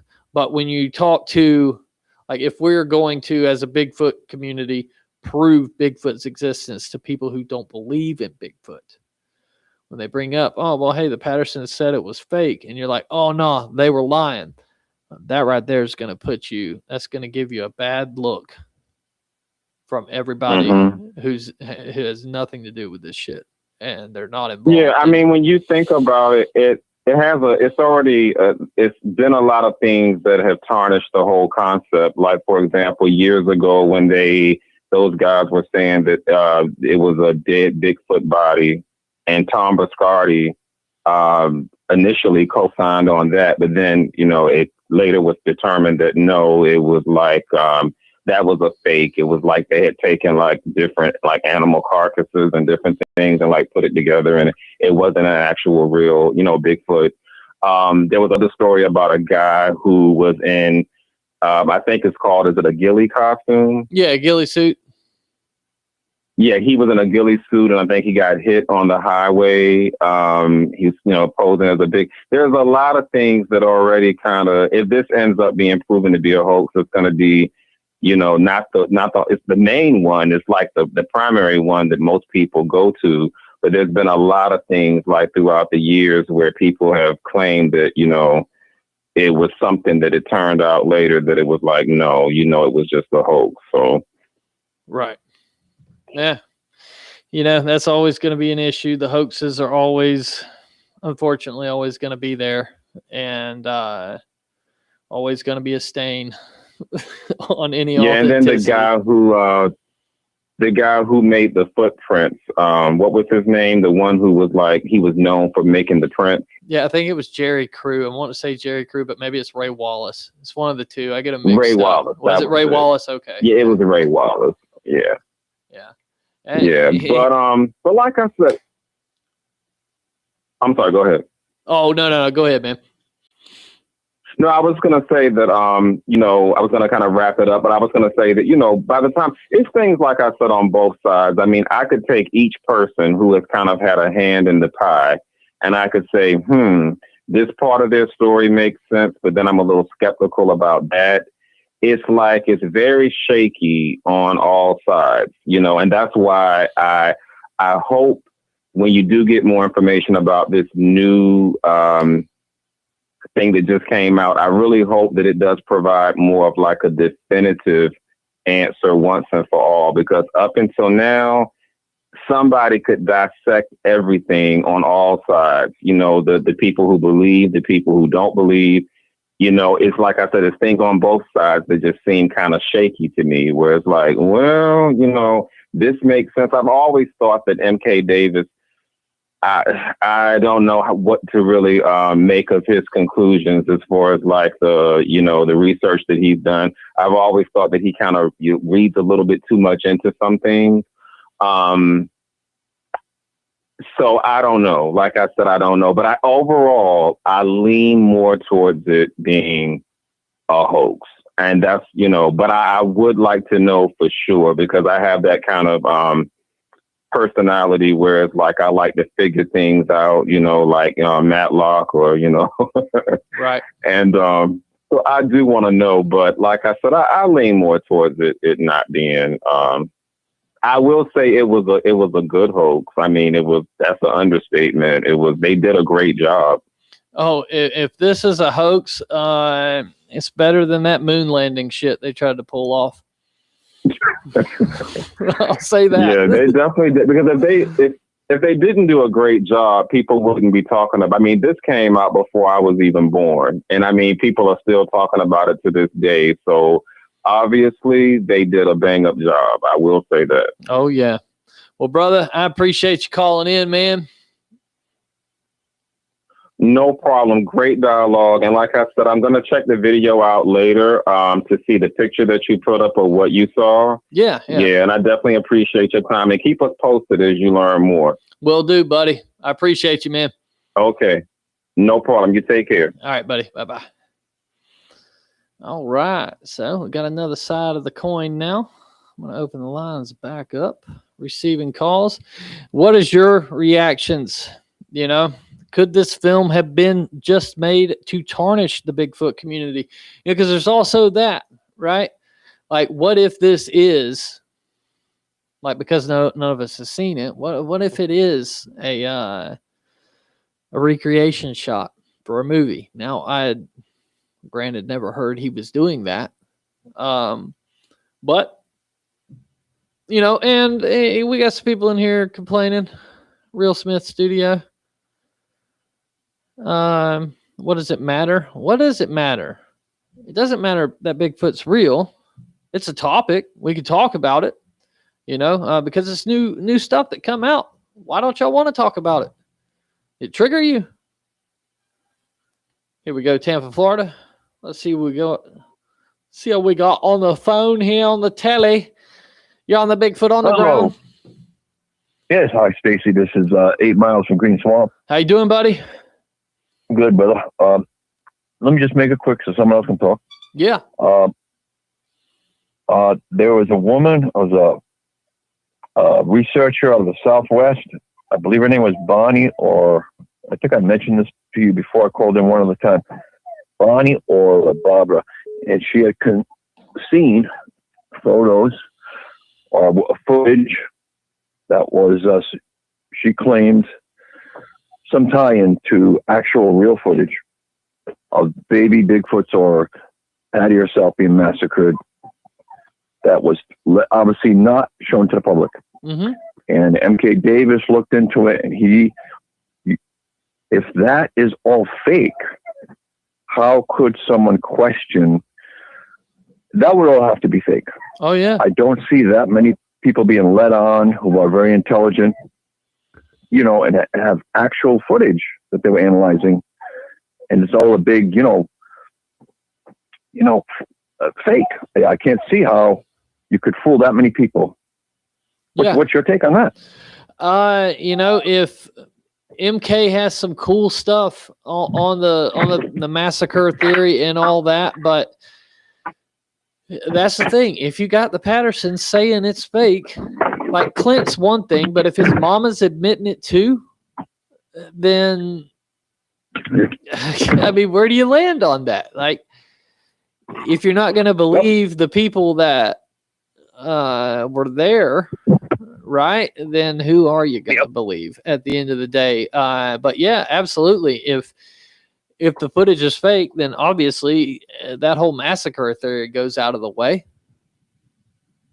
But you have a lot of people who I don't know. It's like, well, I do know a lot of people with skills to, kind of cut through the chafe between the fake stuff and what, it would, if it's all fake, if you're trying to pull a hoax, why wouldn't you show the whole thing? Because people would be offended or appalled that the babies were being killed. And then, I don't know, I'm going to have to say, and my own opinion of following this stuff from all different sides. And I met Bob very briefly at that Georgia museum up in northern Georgia, Bigfoot Museum. Mm-hmm. Very nice guy, as you know.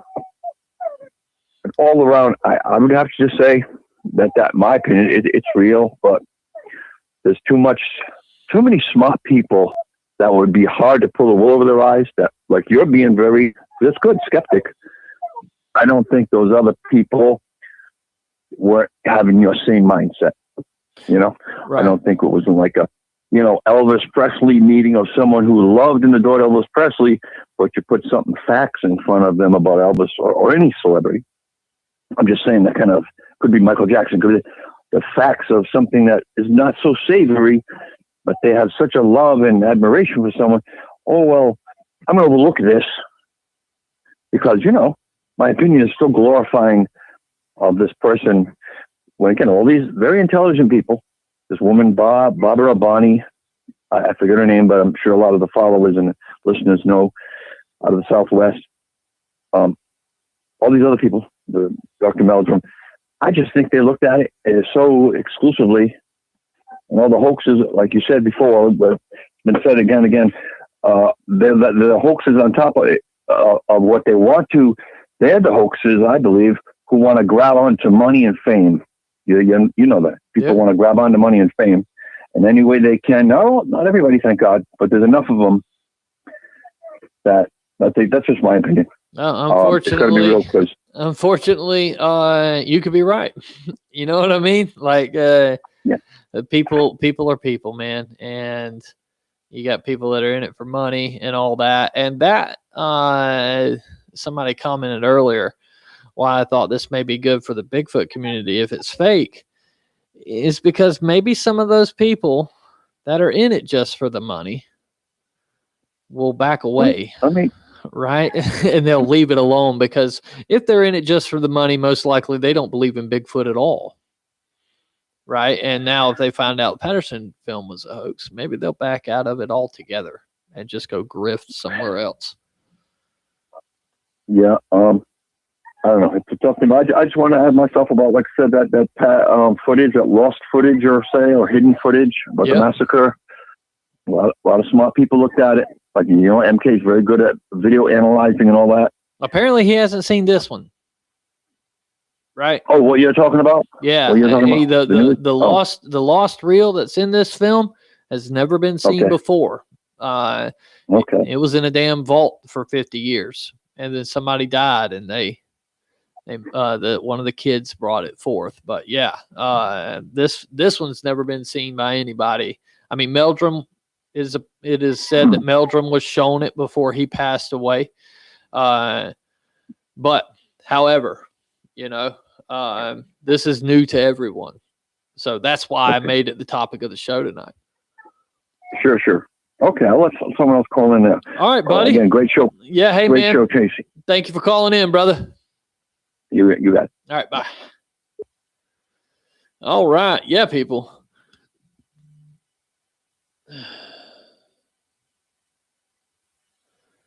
We all want to see the film, and I am going to try to get the, the director on here.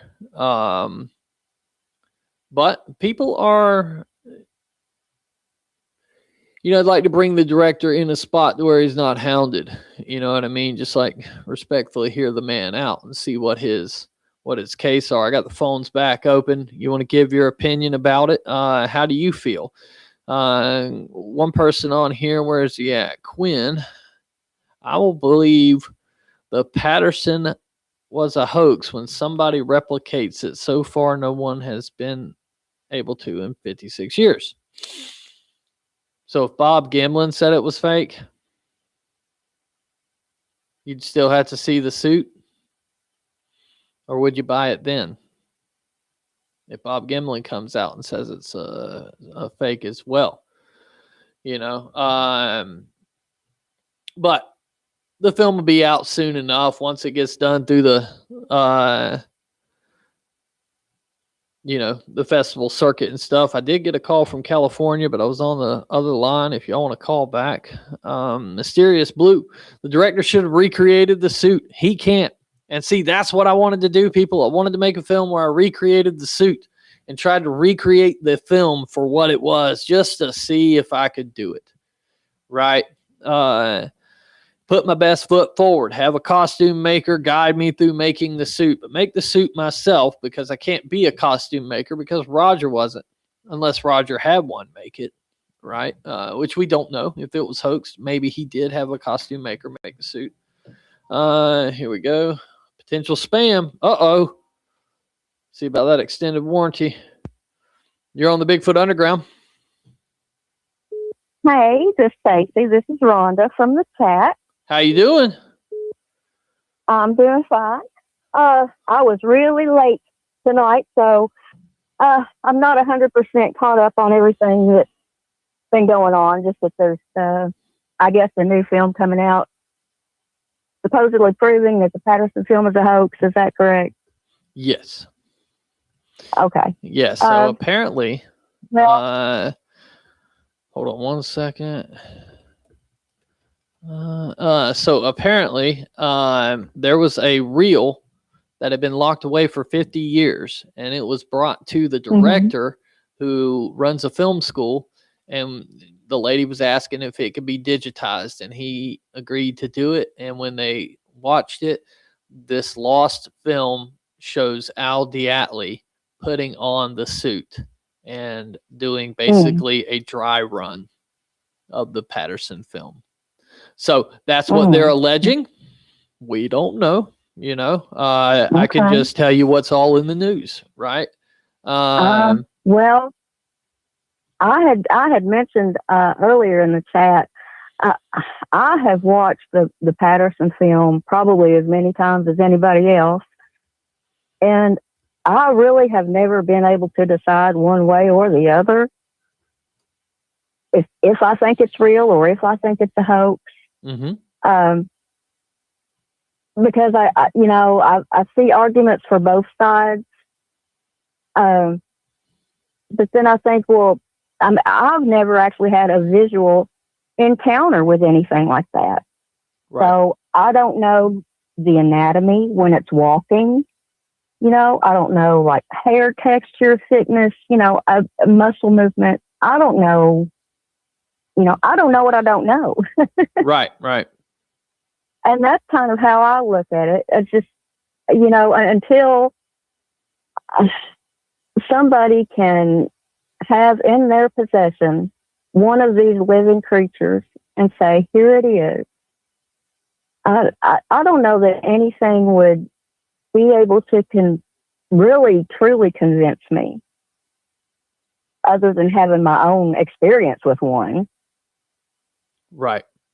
And this, if the film's fake, it doesn't mean Sasquatch is fake. And I'm afraid that's what a lot of the general public's going to think. I think the people that review this film are going to trash Bigfoot existing.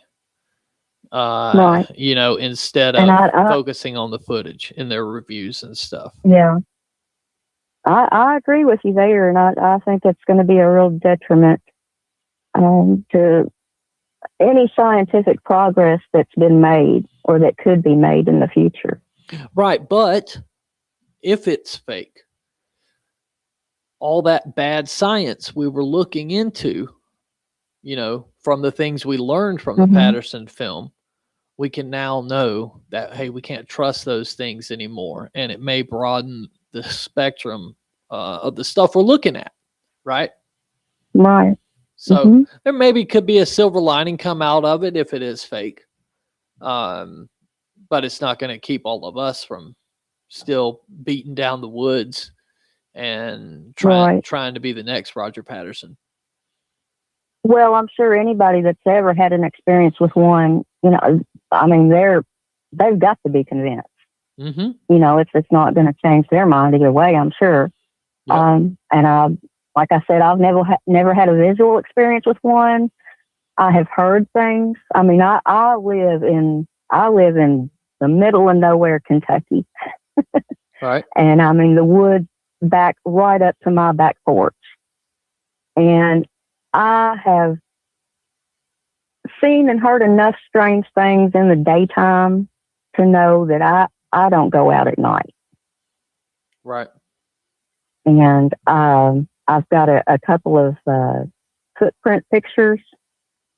I've been meaning to email those to you. Yes, please do. But of course, I don't know if that's what it is. It's just one of them is in the snow and one of them is in the mud. And, all I know is that when I glanced down and looked at it, that was the first thing that popped into my head. Right. So, well, but one thing that I kind of thought of, and it may be irrelevant to the Patterson film, if it is a hoax. But if there were a footage out there that I guess I don't want to say couldn't be proven as authentic, but maybe it couldn't be disproven. Right. What would be your thoughts on if maybe somebody in the government told somebody, no, you need to just get rid of this shit and tell everybody it's fake? 100%.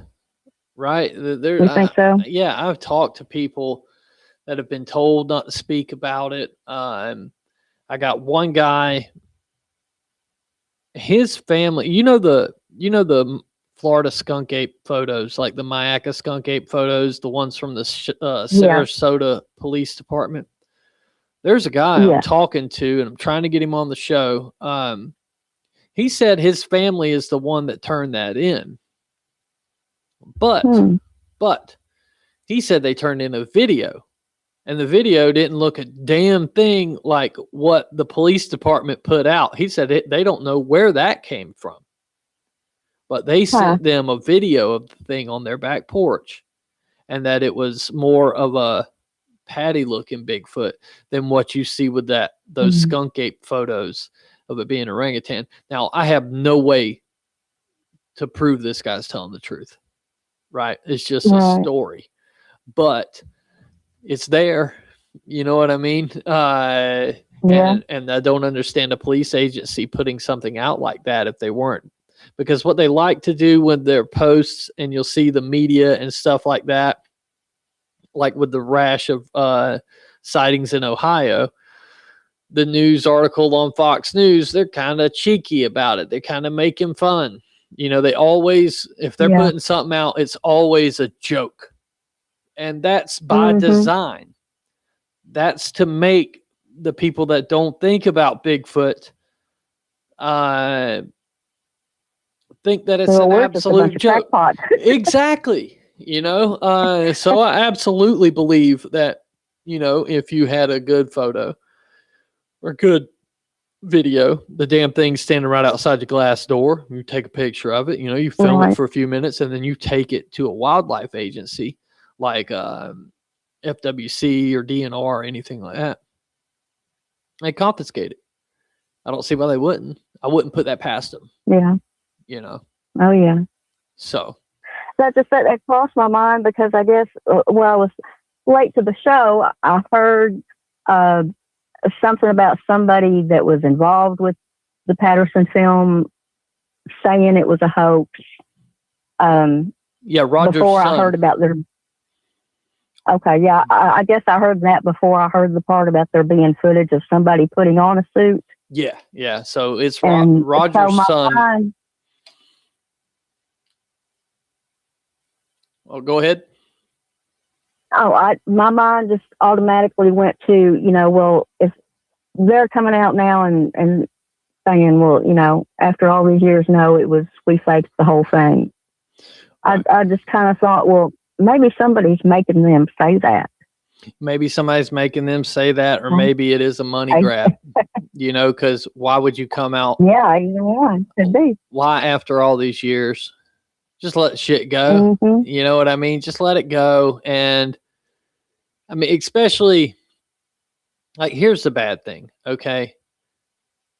I would never come out and say my dad was lying about something if he wasn't lying about something.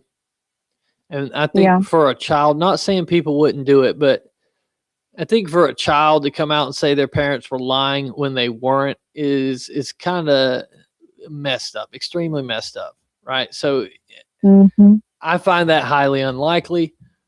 That's just me. You know what I mean? But yeah, it was his own son and apparently his wife. Yeah, maybe they could have their reasons as they just want to be left alone. They've had enough of it. Quit calling us.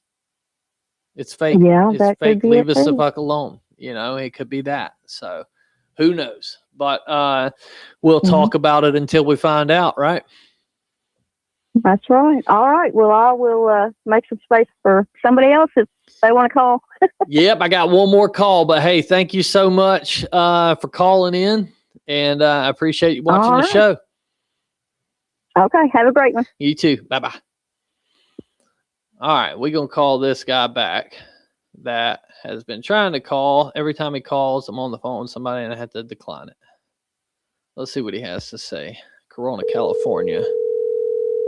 Got a feeling who this is. Could be wrong. Hello? Hello, the Bigfoot Underground. Hey, Stacy. How you doing, buddy? Good. How's it going? I was just sitting there watching your show, and we're talking about the Patty, right? Yeah. So what do you think about all this new stuff that's coming out? Well, I didn't see a lot of it. I just started catching that there was a show coming. Yep, there's out that they're going to prove that it's not real. Well, so this new documentary has like lost footage in it that apparently shows a dry run of them filming the Patterson film. And then it's also got an admission from at least one of the Pattersons that the footage is fake. it's going to have to be the exact suit, right?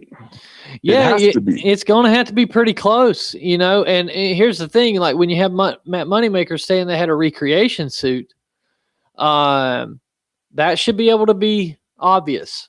If it's a cheap gorilla costume, we should be able to tell that, because I think if it looks at least 70% as close to the real thing, then we've got an issue.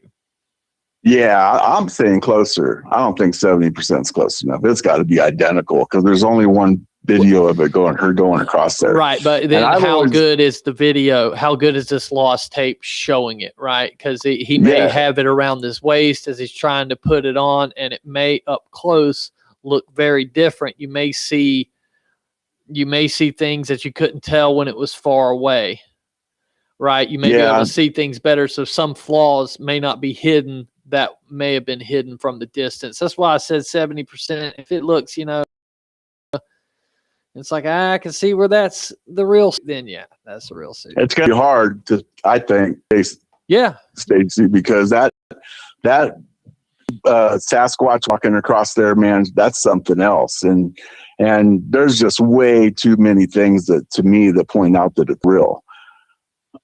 Yeah, you know. And those things though, if it's a suit, you know, like that hernia or whatever it is on the right leg, like mid thigh.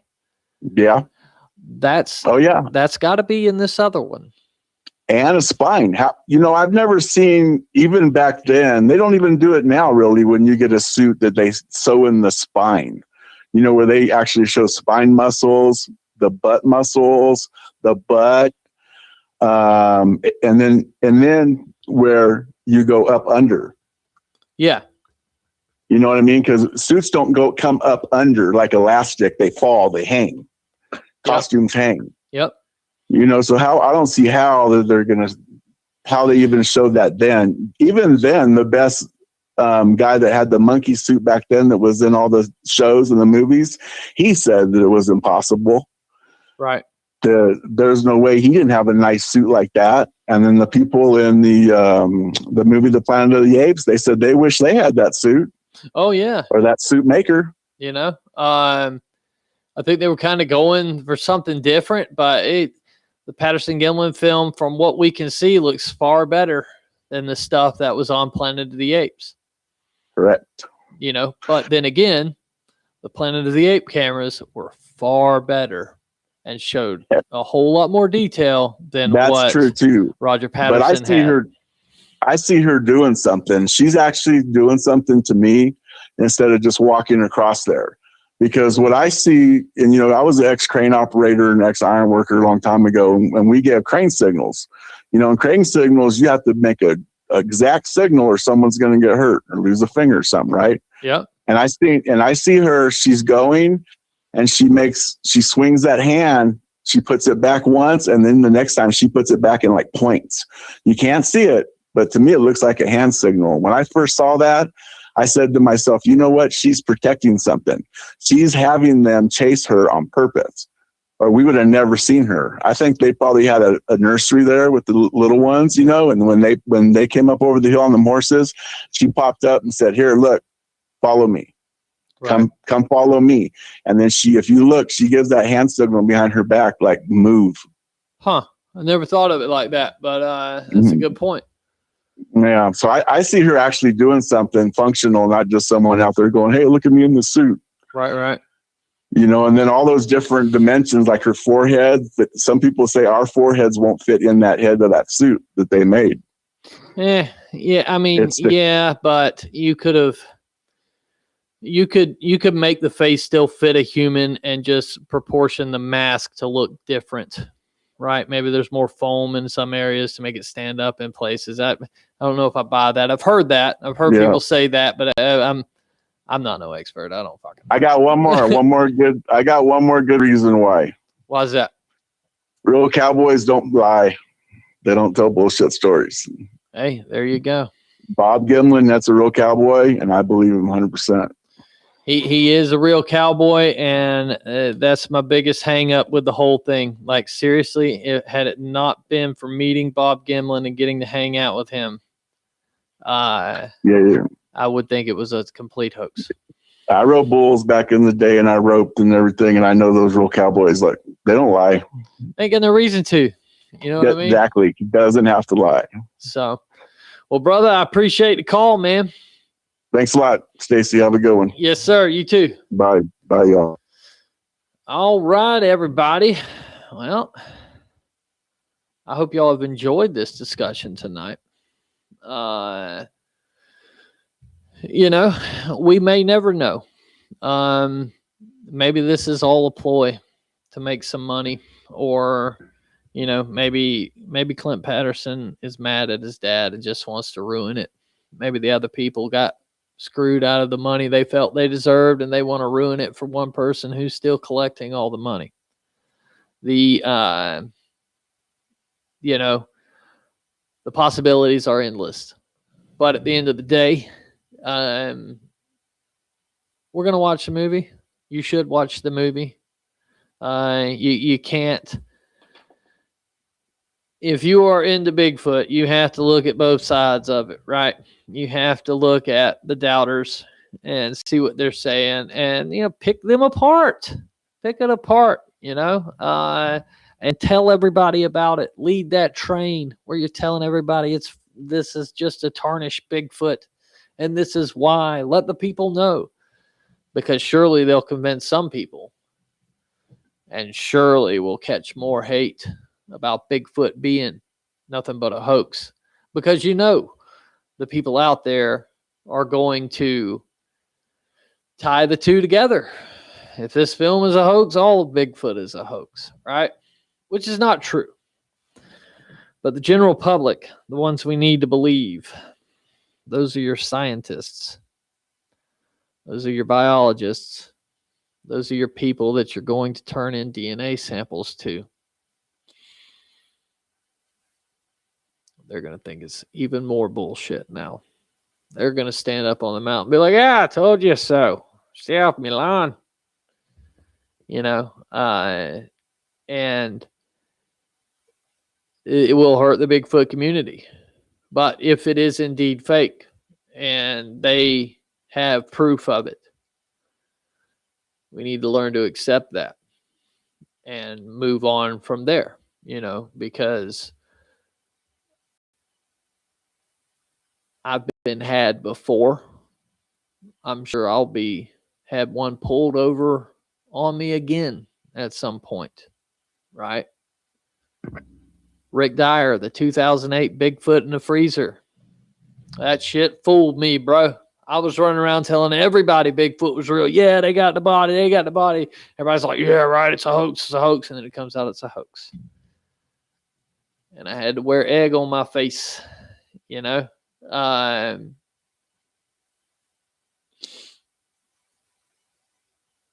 But it's interesting, you know. There's a ton of things to talk about now, you know. So, but everybody, that is the show tonight. Thank you so much for tuning in. Got a good show this upcoming Wednesday. I'm interviewing a guy, all right, from Florida. He's seen a Bigfoot in the middle of the daytime outside his kitchen window. He was doing dishes and looked outside his window, and this Bigfoot was in his backyard. But that ain't where the cool part is. The cool part is that then his neighborhood got filled with police officers that were chasing that thing. So he's going to come on. We're going to talk about that. 58% of the people are watching are not subscribed. Hit that subscribe button. Doesn't hurt you. Helps the show a lot, though. You know, helps me out a lot. If you're enjoying what we're doing and you're not subscribed, if you haven't hit that like button, please do so. But until next time, everybody, stay safe and stay squatchy.